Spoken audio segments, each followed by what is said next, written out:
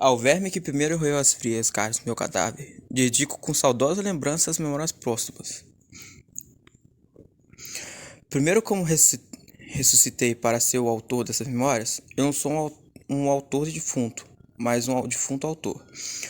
Eu tinha 64 anos bem vividos, era solteiro e tinha dinheiro. Esse amigo que vocês podem ver fazer um discurso deixou uma bela quantia, e não me arrependo. Assistiram à minha partida algumas pessoas, entre elas uma senhora. Estavam lá o médico da família, o amigo que vocês viram falando ao meu enterro, e uma piedosa vizinha e a tal senhora. Morri no Rio de Janeiro, mais precisamente às 2 horas da tarde de uma sexta-feira de agosto de 1869. Se algum espectador achar que eu morri de pneumonia, não está errado. Porém, o mais certo é dizer que morri de uma ideia. Não de uma ideia comum, mas de uma ideia grandiosa, a invenção de um medicamento sublime, o emplasto Brás Cubas. No meu leito de morte, lembro como se fosse ontem, a senhora entrando pela porta pálida, comovida, vestida de preto. Ficou ali, parada, sem ânimo de se aproximar. Os olhos inconformados, a boca entreaberta. Virgínia, sim, a tal senhora chamava-se Virgínia. Nos amamos muitos anos antes. Quem diria, dois grandes namorados acabaram desse jeito, 20 anos depois. Vou contar a história de Virgília, mas tenham calma. Cada coisa no seu tempo. Agora peguem a pipoca e seu miojo. Vou começar pelo começo e vejo com que agilidade faço eu a grande passagem de tempo dessa história. Virgília foi meu grande pecado de juventude. E como não existe juventude sem infância, se imagina nascimento. Chegamos ao dia 20 de outubro de 1805, a data em que nasci.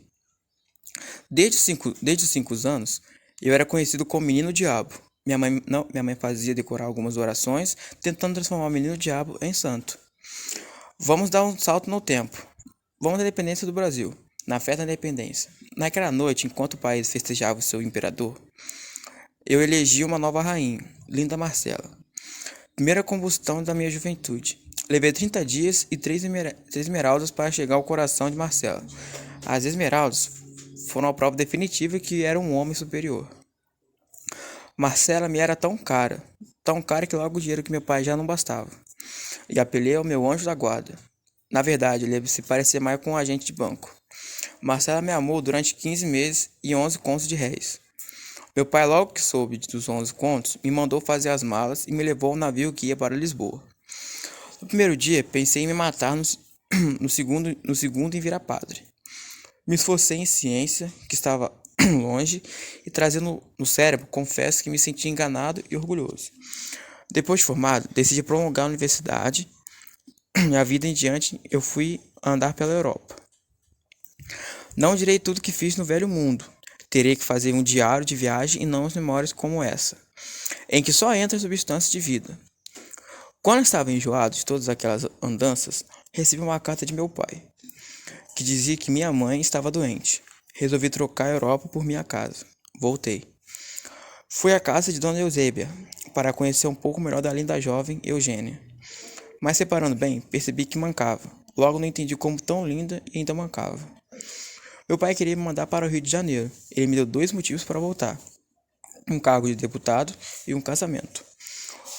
Logo eu não entendi nada de política, mas ele insistiu falando que a carreira política era necessária e que eu deveria ter uma linda esposa. A noiva é um anjo, meu pateta, um anjo sem asas. Me disse o nome dela era Virgínia, filha do conselheiro Dutra. Elaborei 3 mandatos para receber um beijo de uma moça. O primeiro passo é levar algumas flores, o segundo, tocá-la levemente no braço, mas com insistência. O terceiro, e mirá-la com os olhos apaixonados, e assim o namorado deve aproximar-se os lábios lentamente até tocar sua boca da moça. Assim foi o primeiro beijo de Eugênia. Ai, Eugênia, que olhos tão lúcidos, que boca tão fresca, que moça tão bonita, porém coxa. Desci para o Rio de Janeiro com meu pai. Como meu pai pediu, conversei com a Madame Dutra.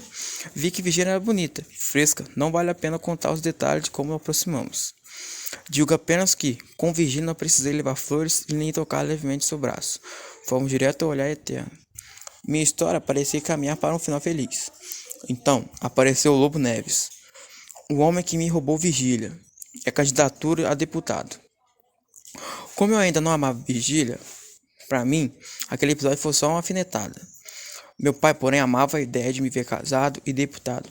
E aquilo foi para ele como se a espada tivesse espetado seu coração, ou melhor, no pulmão. Os anos se passaram até 1842, quando vi distante uma mulher esplêndida, era Virgília. Até então, não sabia que tinha voltado de São Paulo. Reconheci ela aos poucos, quase a natureza e a arte havia aperfeiçoado. Uma semana depois, nos encontramos em um baile. Dançamos uma valsa, mas logo ela foi embora. Já comecei a frequentar a casa de Virgília e Lobos Neves. E logo me tornei um amigo íntimo. Recado e olhar e sorriso. O nosso amor era como uma planta que cresce. E na primavera surgiu o nosso beijo, o beijo que ela me deu, trêmula de medo, pois foi no portão de sua casa. Eu e Virgília arrumamos uma casinha. Essa casinha, este foi o recanto dos nossos amores. Ai, como era doce ver Virgília chegando nos nossos dias nervosas e trêmulas. As coisas iam bem naqueles dias. Virgília me amava, os pássaros cantavam, até pensei em fazer algo de vida, em ser ministro. Neves iria para o norte a emprego, e Virgília iria junto. Claro que ela não gostou.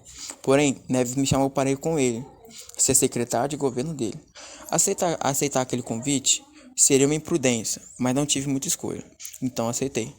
Para minha desgraça, pouco tempo depois, presidente e secretário da província do Maranhão. Passei a amar Virgília ainda mais depois de quase perdê-la. O mesmo aconteceu com ela. Acredito que esse foi o ponto máximo do nosso amor.